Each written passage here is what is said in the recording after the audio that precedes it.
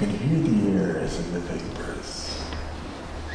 This next fellow is a very dear friend, and he's a hero of mine. He's a tribal elder with many feathers, and I'm not being flip.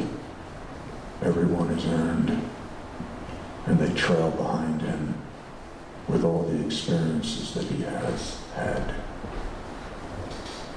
And you won't hear him talk much about it other than the peripheral geopolitical recognition of the insanities of these theaters. But too many of them have taken our children and put all our world's children in harm's way just to make a buck.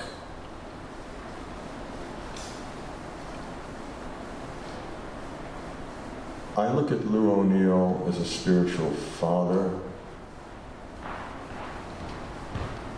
You can't shake him because he's been in hell, as so many of our other nation's children who have to heal themselves because the governments that perpetuated profiteering through anarchy don't give a damn about human life.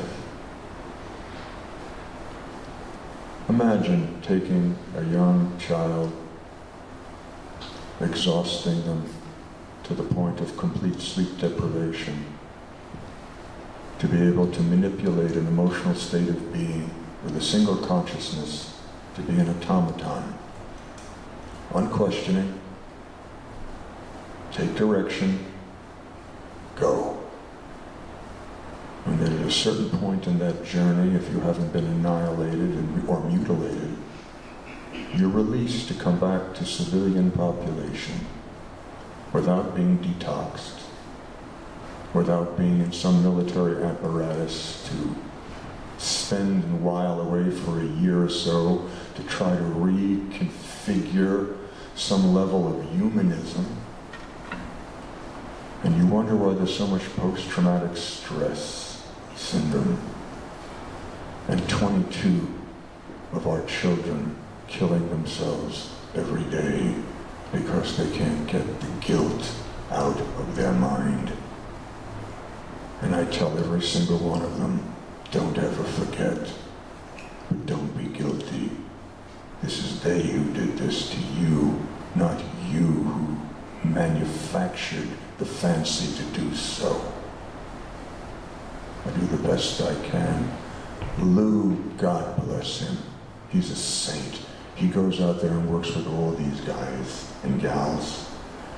We had one of the most moving experiences within the past year when they brought in a miniature version of the wall from Vietnam. And it had rained so.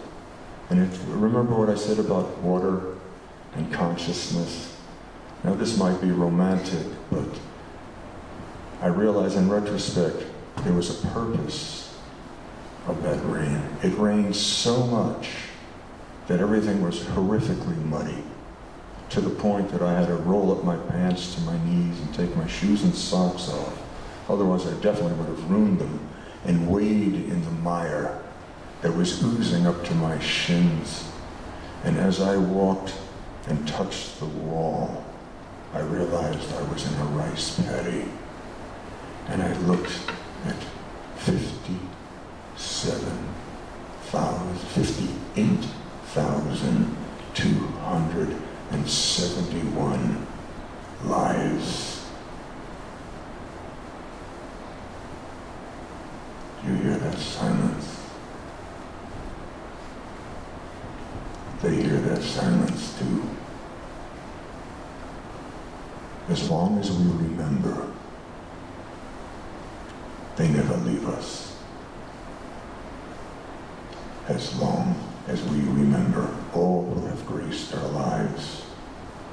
They never leave us. Please remember that.